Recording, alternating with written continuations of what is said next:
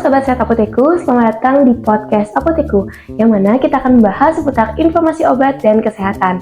Saya sendiri, Fida Devi, akan memandu podcast kita kali ini, yang mana topik yang kita bahas yaitu mengenai turun berat badan ala selebgram, apakah memang worth it atau enggak nih, apakah memang aman buat kesehatan atau tidak. Nah, mungkin banyak nih dari sahabat Sehat Apoteku yang lagi scrolling sosial media, terus melihat saran tips and trick dari selebgram nih tentang gimana cara diet. Nah, sebenarnya itu aman gak sih buat kita? Padahal kan kalau misal kita ikuti itu terlihatnya gampang ya untuk ditiru. Sebelum kita membahas lebih dalam lagi, saya di sini bersama dengan narasumber kita yang akan lebih dalam lagi membahas seputar diet ini. Tanpa menunggu lebih lama lagi, yuk kita sambut saja narasumber kita. Halo sahabat sehat Apoteku, perkenalkan nama saya Nika Desinta Oktaviani. Saya seorang ahli gizi yang juga kebetulan praktek di Apoteku Padukarya. Halo Kak Sinta, gimana nih Kak kabarnya? Baik. Kabarnya baik. Ya, astaga baik. Semoga sehat selalu Kak ya. Kalau boleh tahu kesibukannya akhir-akhir ini apa aja ini Kak? Kalau kesibukannya ya praktek di Apoteku Padukarya setiap hari Senin sampai Sabtu dari jam 6 sampai 9. Nah, selain itu juga konsultasi gizi online. Kita mungkin masuk aja ya langsung ke topiknya. Dimana sekarang itu kan apalagi medsos ya, mungkin orang anak zaman Gen Z sekarang itu lebih ke TikTok. Banyak banget nih referensi dari selebgram yang suka ngasih tips ala dietnya mereka. Nah, banyak nih yang tergiur Kak, karena mungkin mereka berhasil nurunin berat badannya 3 bulan, 6 bulan. Yang mana kita kan nggak tahu juga apakah cocok nih caranya di kita atau enggak. Nah, sebenarnya secara medis nih Kak, bagaimana sih kita bisa menjaga pola makan kita dan juga sesuai dengan kriteria ahli gizi Kak?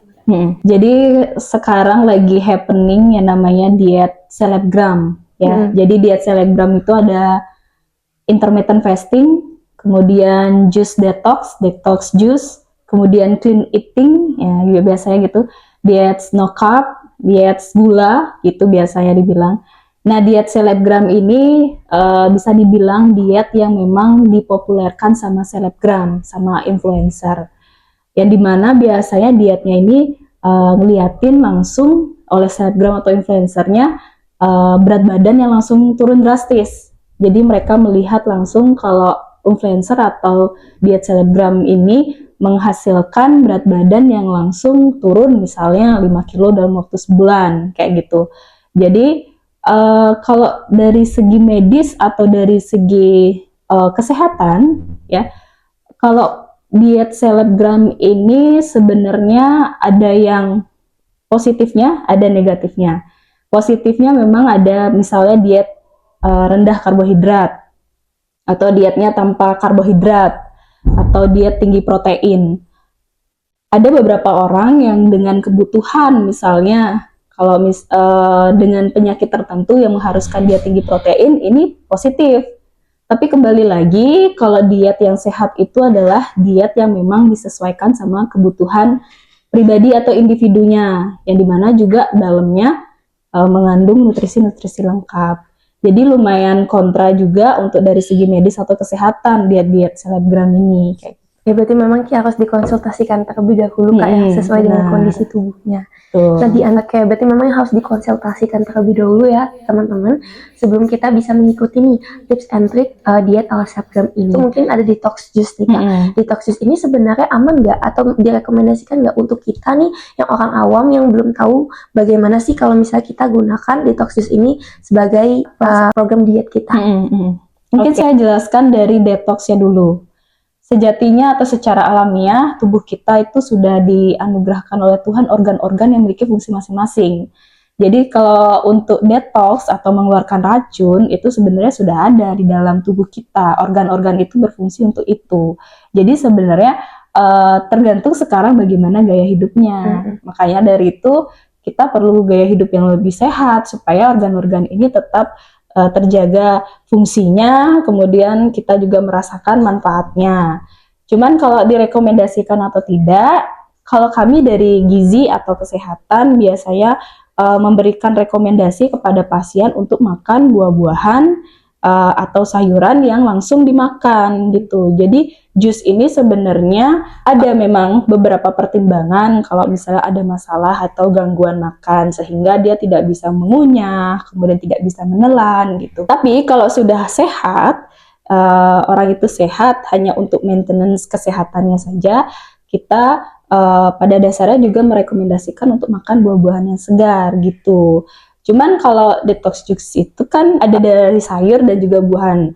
Ada memang fungsinya atau manfaatnya untuk tubuh kita, tapi tidak semaksimal kalau kita makannya buah yang segar atau sayurnya yang segar seperti itu. Berarti kalau kita menggunakan cara detox juice itu bisa jadi vitamin yang ada di buahnya itu bisa berkurang Kak ya. Maka dari itu lebih aman untuk kita konsumsi langsung buah dan sayurannya itu. Mungkin ada ya tipe orang yang memang dia sudah melakukan program diet, tapi waktu ada cheating day-nya ini langsung nih Kak naik. Tapi ada juga tipe orang yang memang berat badannya itu cepat turun. Itu bagaimana nih Kak penjelasannya? Kalau diet-diet yang biasanya dipopulerkan sama influencer atau selebgram itu biasanya diet yang udah diet ekstrim. Jadi penurunan langsung 5 kilo per bulan atau bahkan lebih kayak gitu. Nah, kenapa saat sudah diet ekstrim seperti itu berat badannya langsung naik setelah kembali lagi kebiasaan lamanya gitu kan. Jadi sebenarnya kalau pola makan ya, pola makan yang sehat itu adalah pola makan yang memang disesuaikan sama kebutuhan per individunya gitu. Mulai dari aktivitasnya, kemudian kualitas tidurnya, berat badan, tinggi badan, usia gitu ya. Nah, kalau diet-diet ekstrim itu biasanya kan ada pengurangan nih, pengurangan jenis makanan atau jenis nutrisi atau gizinya. Misalnya pengurangan karbohidrat. Jadi tidak ada karbohidrat di makanannya itu. Ya memang langsung akan terjadi penurunan ya. Karena kalau diet selebgram ini yang ditekan itu pola makannya, bukan menciptakan gaya hidupnya. Jadi saat udah ditekan pola makannya, kita menekankan untuk pengurangan salah satu nutrisi nih. Tapi saat dia sudah kembali ke kebiasaan yang lama, maka tubuh itu akan kembali lagi seperti yang sebelumnya. Makanya berat badannya jadinya naik gitu. Lain halnya misalnya dengan diet yang sehat. Kalau yang sehat itu kan disesuaikan sama kebutuhan individunya. Yang dimana memang kalau penurunan berat badannya itu disesuaikan sama tubuh. Jadi istilahnya tubuh kita udah terbiasa untuk gaya hidup yang lebih sehat. Jadi penurunannya walaupun berproses, tapi saat misalnya nanti kembali lagi ke kebiasaan lama, tidak sedrastis waktu pakai diet ekstrim gitu. Jadi poin pentingnya adalah diet sehat itu lebih ke perubahan gaya hidup yang ditekan, tapi kalau diet yang ekstrim itu lebih menekankan ke pola makan. Ya, jadi pola makannya yang ditekan, bukan gaya hidupnya. Maka nih Kak Sinta, gimana nih Kak kalau misalnya kita sebagai orang awam ya mengikuti diet ala selebgram ini? Diet selebgram ini sebenarnya boleh diikuti kalau memang ternyata tubuhnya membutuhkan itu. Misalnya dengan diet yang tadi, karbohidrat, tidak ada karbohidrat, kemudian tinggi protein. Nah, biasanya memang ada beberapa pasien atau beberapa klien yang membutuhkan tinggi energi, tinggi protein.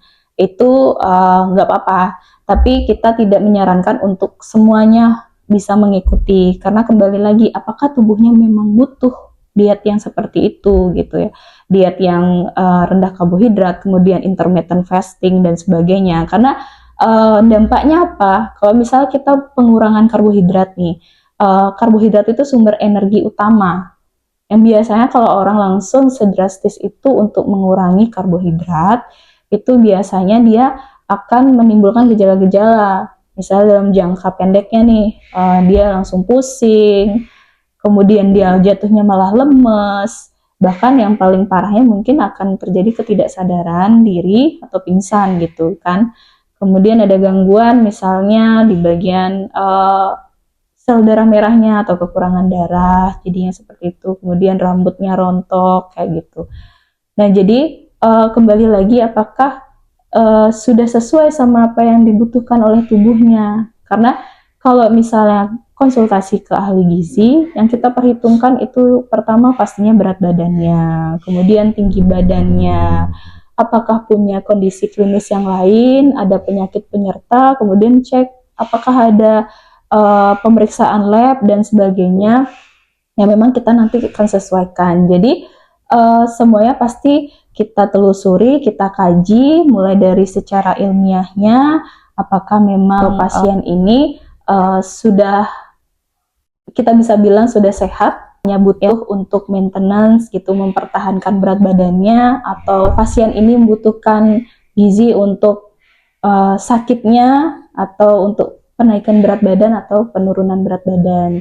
Jadi dampaknya itu kembali lagi kuncinya adalah disesuaikan sama kebutuhan per individunya. Jadi tidak bisa semua sama rata mengikuti gitu. Jadi nanti khawatirnya justru malah ke kondisi kesehatan yang lainnya. Tiap kayak protein, karbohidrat, vitamin lainnya dan mineral itu harus sama rata. Jadi kalau misalnya ada salah satu kayak karbohidrat terlalu drastis dalam pengurangan makanannya, itu juga malah membuat badan kita itu juga semakin lemas dan malah menimbulkan efek penyakit lainnya Kak ya. Benar. Mungkin banyak yang ngira Kak ya, kalau misalnya kita melakukan program diet ini menggunakan makanan yang cenderung mahal nih Kak. Sebenarnya worth it nggak sih Kak? Kalau misalnya kita menggunakan cara itu, atau ada cara lain nih, ada yang lebih mudah dan murah? Memang yang bilang kalau diet itu mahal, makanan sehat itu mahal. Sebenarnya kita ini udah dianugerahi oleh Tuhan ya, apalagi kita sebagai negara maritim. Ikan itu banyak banget jenisnya dengan gizi yang juga beragam. Jadi kalau dipikir diet itu mahal, ya menurut saya itu tidak betul ya, karena kalau mau sehat banyak bahan-bahan lokal kita yang nutrisinya lengkap, kemudian nilai gizinya juga tinggi. Seperti apa? Misalnya dari lauk pauk kita ada tahu tempe, kemudian sayur-sayuran. Kita kan tidak artinya kita tidak pernah merasa kekurangan untuk sayur-sayuran ya, karena sayuran juga ada di sekitar kita.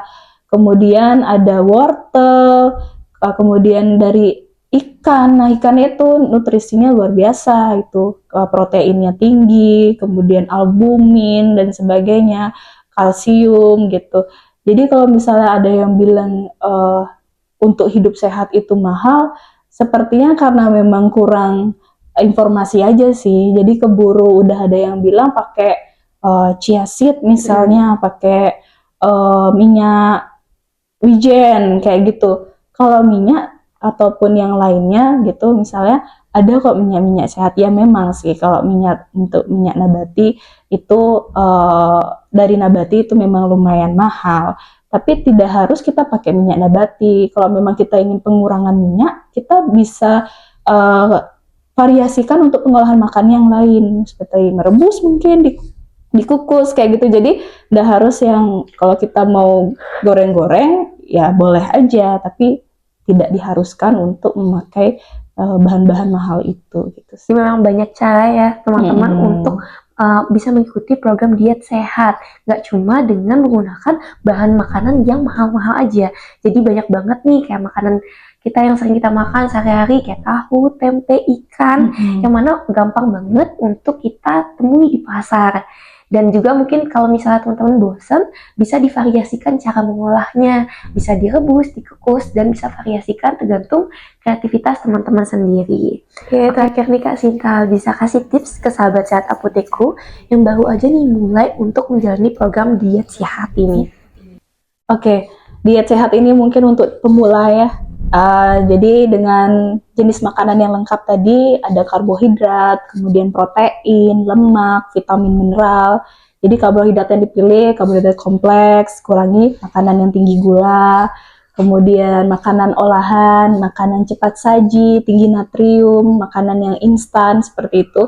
Itu kalau misalnya lagi diet bisa dikurangi. Kemudian lemak yang dipilih itu lemak-lemak sehat ya, lemak sehat. Kemudian dari lauknya dari protein hewani, kemudian protein nabati yang dengan proses pengolahan yang tidak terlalu banyak digoreng-goreng ya, dengan dikukus, direbus kayak gitu ya kalau untuk yang diet.